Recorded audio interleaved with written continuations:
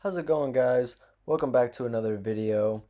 This isn't really a dive video, more as it is an educational sort of fill-in. I'm mainly going to be focusing on moray eels and spitting some facts about some other animals as well. Um, but yeah, I know there's a lot of stigmas around eels. I know they look scary. They're pretty intimidating in a way. I know my little brother has a pretty strict fear of them, mainly because back in 2019, 2018, when we were getting certified, we were in the Denver Aquarium and doing our first confined dives. We got in, everything was chill for about 10, 15 minutes, and then sure enough, this old head moray eel swims over to him. This guy is completely blind. Moray eels are pretty blind in general, but this guy was you know, like so close to being completely blind and swims right between his legs. And, it didn't do anything to him. It didn't, like snap at him or, which would have been unreasonable or anything. He just, had a fear of eels ever since. So, I want to get over some stigmas. I want to, try and help out your fears. Some of the facts that I will be telling you guys might make you a little bit more fearful of them. I think I know, a couple of these things might scare you away a little bit. But most of it is just to sort of educate you and get you a little bit more comfortable with this fish. So, first off, want to explain this little guy. I just thought he was so cool, and he deserves a little bit of recognition for his little tiny self. So this is a spiny head blenny. If there are any fish heads that are watching this and want to prove me wrong, because this is the only photo I have of them, it was taken by my gorgeous girlfriend. If you do know, go ahead and let me know down in the comments. I'm pretty sure it's a spiny head blenny. Um, and these spiny head blennies get to max of about 3.5 centimeters. So just the zoom and microscopic capabilities of the Olympus TG6 are absolutely insane. And this guy's maybe as long as your pinky nail. So once me, her, and the gang just started focusing on the tiny things, we just started seeing these guys all over the place. And he doesn't make this little hole, so this is actually in a coral. Um, and it was made by a Christmas tree worm. So if you want to go ahead and look up a picture of a Christmas tree worm, you might recognize them from actually the movie Avatar. They kind of just yoink them right from there, actually, right from the actual Christmas tree worm.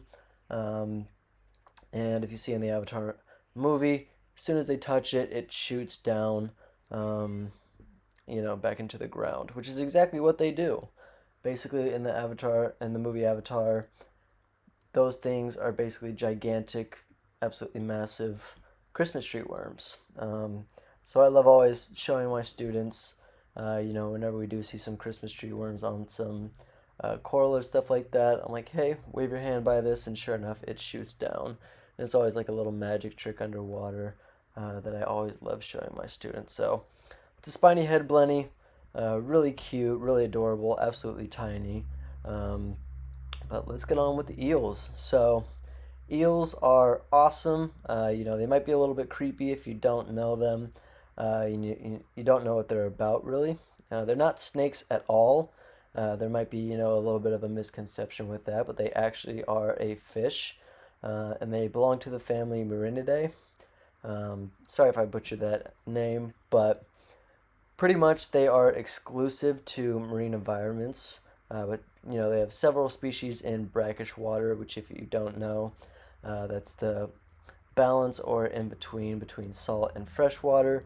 And there are a few species of moray eels in fresh water as well. Um, so if you've ever seen a moray eel out in the wild or anything like that, or even in some type of aquarium or fish tank, you'll see that they're opening and closing their jaws. So mainly that's because they are breathing. They're not growling at you. They don't think you're a snack or anything like that. That's just simply how they breathe. Okay, and they're gonna go ahead and exhale through those two holes on the sides. That's pretty much technically their gills. Again, if there's any fish heads that want to butcher me for calling those gills, go ahead. I'm all for it. So yeah, pretty interesting. They kind of look like siphons on octopus. If you've ever seen an octopus and checked out their siphons, they look kind of like that. This is one of the facts that might scare you a little bit. Okay, so technically, I'm sorry for this meme, by the way, but I thought it was just a tiny bit funny, and it also shows the anatomy pretty well. But they actually have two sets of jaws. Okay, so they have that first jaw that's going to go ahead and grab their prey and pull it in. So they have those teeth that are curved in, which help them pull. And they have a second set of jaws called a pharyngeal set of jaws. All right, so that's kind of like the Alien movie. You know, they have one set of jaws and they have that tiny little thing that pops out of their mouth. That's not how eels work, but they do have that second set of jaws that sort of stays back there. And yeah, so pretty much one jaw bites and clamps. That second little pharyngeal jaw will pull in to the stomach so that, you know, they can eat whatever they need to. I I don't know if this is the greatest story to follow up with that little fact, but I didn't really get chased, but I would say pursued by an eel. So I'm gonna go ahead and pop up that video now. You might have saw it in last week's video, but I was just swimming around. Sure enough, there were two eels. One was sort of just sticking out a rock right there, and then the other was swimming down. And sure enough, you know, it was in like sort of like a little ravine or a valley of coral, if you will. And I was just sort of swimming in the middle of that valley, and then sure enough, one of those moray eels comes down, meets the bottom of that valley, and just decides, oh, he looks interesting, and then sure enough comes right up to me, just like that. But come on, isn't that like one of the cutest photos you've ever seen? Like, I wasn't freaked out at all. I know there's probably people saying like, oh, you look like you were running. It was a tactical retreat out of its territory. I was not fastly swimming away or anything like that. It's just I wanted to respect its space. Call me a liar. I don't care. Do what you want. But yeah, just got this absolutely adorable shot. I think they're so cute, especially when I saw, you know, this photo. And yeah, so interesting little fact. I know it's not the best story to follow up with on that scary alien fact, but you know, the more you know. I'm completely honest and I'm open with you guys, so now you know. So some more anatomy. So they basically only have one fin. They have that long dorsal fin that runs down pretty much 90% of their body. And this really long dorsal fin can make it so that they can swim forwards or backwards. That's what really helps them to swim in and out of crevices and caves in the reef. So that's also why they differ from other eels, making them morays, is that they lack pectorals, so those fins that are on the side, and then they also have those two rounded gill openings on the sides, I guess you could say on their neck, where gills should be. So the two little siphon things. They can get pretty big. I think the biggest one I've probably ever seen was like maybe 6 feet to 2 meters, but they can regular morays can be up to 7 feet, but there is a species called the giant moray that can grow up to be about 13 feet, so about 4.5 meters. So they can get really big. I've never seen a giant moray. I really want to. But yeah, so the more you know. They can get massive, and they are awesome. Touch more of anatomy. They're covered in a slime coat, which it's what makes them green, actually. So the green moray, it's what makes them green. I know some other species, they sort of show off their slime coat and make them more of a green tint. But usually they're just gray or brownish. And this slime coat basically just makes it easier to move around the reef, not get any like cuts or abrasions on them while they're snaking throughout um, cracks and crevices in the reef, because sometimes rocks can be sharp, and they're kind of gelatinous, if you can't tell. But no, but mainly most of their body is made out of muscle. Um, but so really awesome. They have two sets of jaws. They have that slime coat that makes them green, slightly toxic as well, and also makes them glide throughout the reefs. Some of their downfalls is I know I said this earlier, but they're pretty much blind. Okay, so if you think a moray can like see you as good as you can see it, you're lying to yourself. All right, so they're pretty much blind. They have a really bad sense of seeing. um, and if you see those little two prongs or little receptors on their nose, they actually really, really rely on their sense of smell to pretty much do everything. So that's what I think the moray was doing earlier, that, sort of quote unquote chased me. Um, I think he was just, he smelled a little something fishy, saw something above him that he couldn't really recognize, swam up a little bit, realized that, I was an alien breathing bubbles. Um, and had really, really big fins, so that's why he kind of buggered off after that. um, so really blind, really rely on that sense of smell. They're also nocturnal hunters, so that's why where the sense of smell really comes into play, is they're gonna hunt at night. You'll see them out at day, but they're pretty much just gonna be chilling. But they are nocturnal hunters. So sometimes they do team up with groupers. So they make a really good pact, actually. All it needs. There's a little information on this, but basically how they team up is just a little head nod, actually.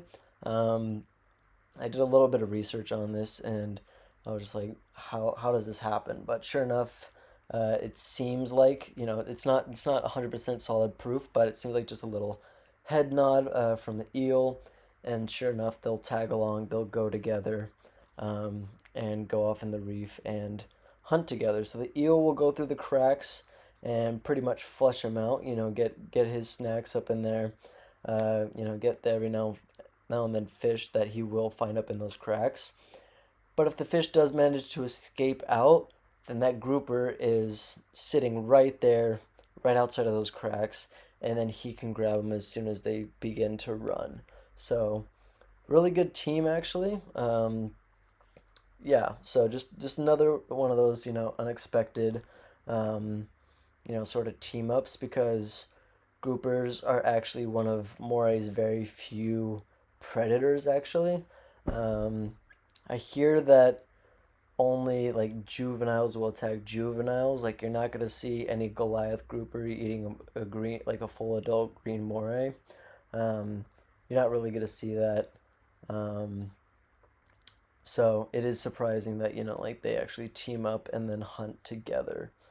Um, but the only other really predators that they have are like barracudas, and then obviously their number one predator, humans.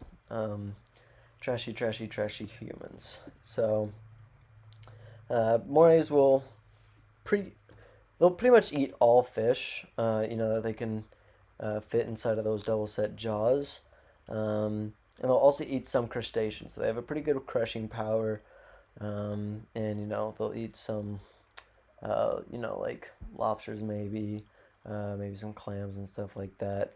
But mainly they're just gonna go after fish. When they are eating a pretty tough meal, they're going to tie themselves into a knot, actually. Um, so basically, they'll like curl themselves up, sort of make them like a little anchor, give them that negative buoyancy so that they can just sink down to the ground and, sort of like pry up against themselves, which is very interesting, actually. I never expected that, but it makes total sense. How does animal with one fin and absolutely no pectorals, like gain like pulling power, other than like anchoring itself on a rock or anchoring itself on itself. So the more you know, I thought that was very interesting.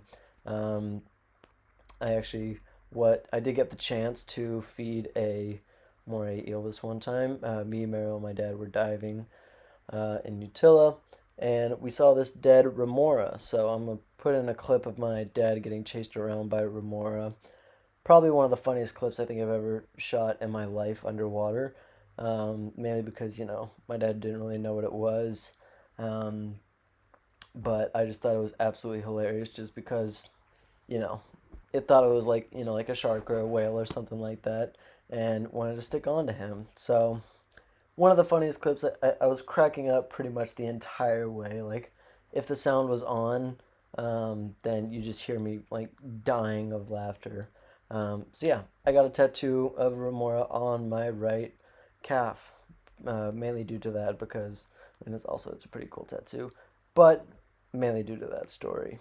Um, Morays, they have a couple symbiotic relationships, such as working with groupers to go hunting, but they also love getting cleaned by nano gobies, such as this little guy, and other types of cleaner shrimp. So the picture I'm about to show is that of a anemone shrimp. He's not the one to um, go and clean a moray. Mainly, it's kind of like they said, they'll mainly be on anemones. But if you just look up a cherry cleaner shrimp or something like that, um, then you'll be able to see um, the type of shrimp that will clean off of um, morays. So the little clip that I have of the spotted moray.